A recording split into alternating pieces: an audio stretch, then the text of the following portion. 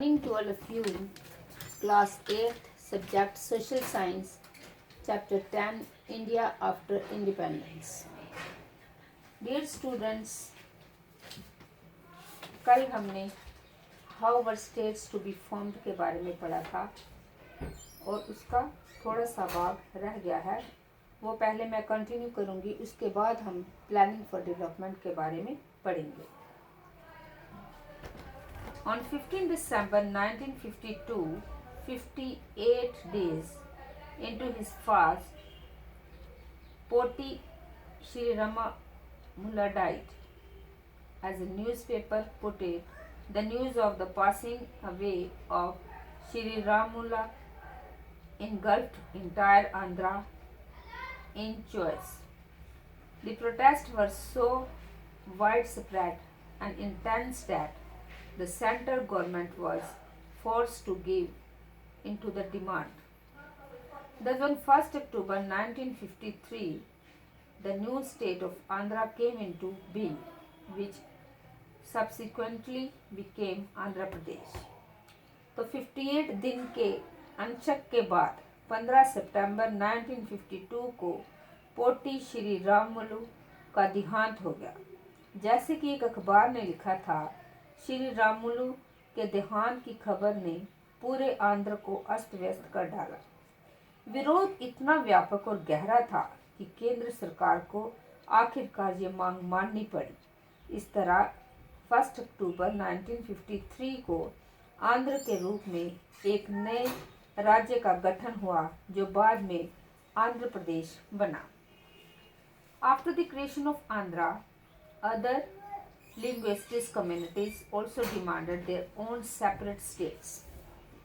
तो आंध्र की स्थापना के बाद अन्य भाषाई समुदाय भी अपने अपने अलग राज्यों की मांग करने लगे। A states reorganization commission was set up, which submitted its report in 1956, recommending the redrawing of districts and provisional boundaries to form compact province of Assamese, Bengali, Oriya, Tamil, Malayalam, Kannada and Telugu speakers respectively. तो क्या होता है कि आंध्र की स्थापना के बाद अन्य भाषी समुदाय भी अपने अपने अलग राज्य की मांग करने लगे। फलस्वरूप एक राज्य पुनः गठन आयोग का गठन किया गया, जिसने 1956 में अपनी रिपोर्ट सरकार को सौंप दी।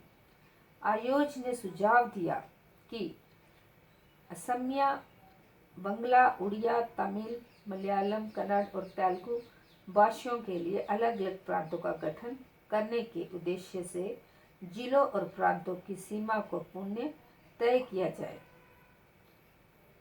The large Hindi speaking region of North India was also to be broken up into several states. A little later in 1960, the bilingual states of Bombay was divided into separate states for Marathi and Gujarati speakers. In 1966, the states of Punjab was also divided into Punjab and Haryana, the former for the Punjab speakers, the latter for the rest who spoke not Punjabi but versions of Haryanvi और हिंदी। तो 1960 में मुंबई प्रांत को मराठी और गुजराती भाषा दो अलग राज्यों में बांट दिया गया। 1966 में पंजाब का विभाजन हुआ और हरियाणा को अलग राज्यों के रूप में मान्यता दी गई। पंजाब में पंजाबी भाषा और हरियाणा में हरियाणवी या हिंदी बोलने वालों की बहुतायत थी। अब इसके बाद जैसे मैंने बोला था कि प्लानिंग फॉर डेवलपमेंट के बारे में पढ़ेंगे। तो प्लानिंग फॉर डेवलपमेंट का मतलब होता है विकास की योजनाएं बनाना। Lifting India and Indians out of poverty and building a modern technical and industrial base were among the major objectives of the new nation. Bharat और भारतीयों को गरीबी से मुक्त कराने और आधुनिक तकनीकी एवं औद्योगिक आधार निर्मित करना नए भारत का एक बड़ा लक्ष्य था।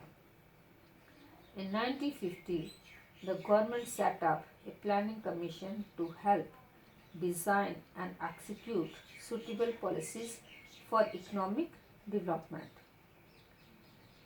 तो नए भारत का एक बड़ा लक्ष्य था। 1950 में सरकार ने आर्थिक विकास के लिए नीतियां बनाने और उनको लागू करने के लिए एक योजना आयोग का गठन किया। There was a board agreement on what was called a mixed economy model. Here both the state and the private sector would play important and complementary roles in increasing production and generating jobs.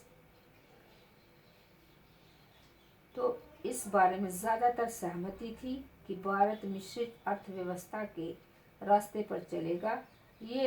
यहाँ राज्य और निजी क्षेत्र दोनों ही उत्पादन बढ़ाने और रोजगार पैदा करने में महत्वपूर्ण और परस्पर पूरक भूमिका अदा करेंगे। What especially these roles were to be, which industries should be initiated by the states and which by the market, how to achieve a balance between the different regions and state was to be defined by the planning commission.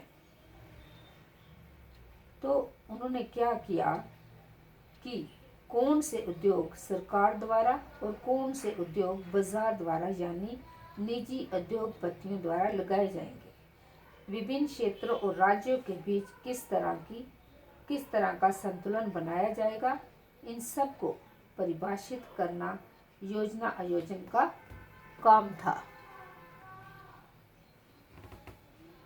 In 1956, the second 5-year plan was formulated.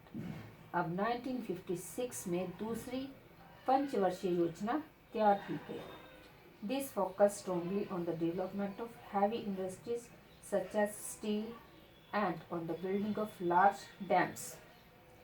इस योजना में इस्पात जैसी भारी उद्योगों और विशाल बांध परियोजनाओं आदि पर सबसे ज़्यादा जोर दिया गया।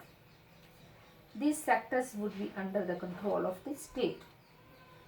This focus on heavy industries and the efforts at state regulations of the economy was to guide economic policy for the next few decades.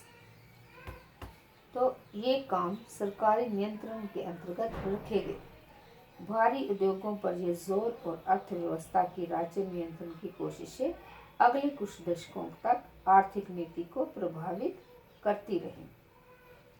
तो डियर स्टूडेंट्स, अभी ब्लैक बोर्ड पर मैंने होमवर्क लिखा है, आप इसे कॉपी पे उतारना और याद करना। तो आपका होमवर्क है, what were the points of focus of the second 5-year plan. तो इसका आंसर है डेवलपमेंट ऑफ हैवी इंडस्ट्रीज और building of large dams. Thank you and have a nice day.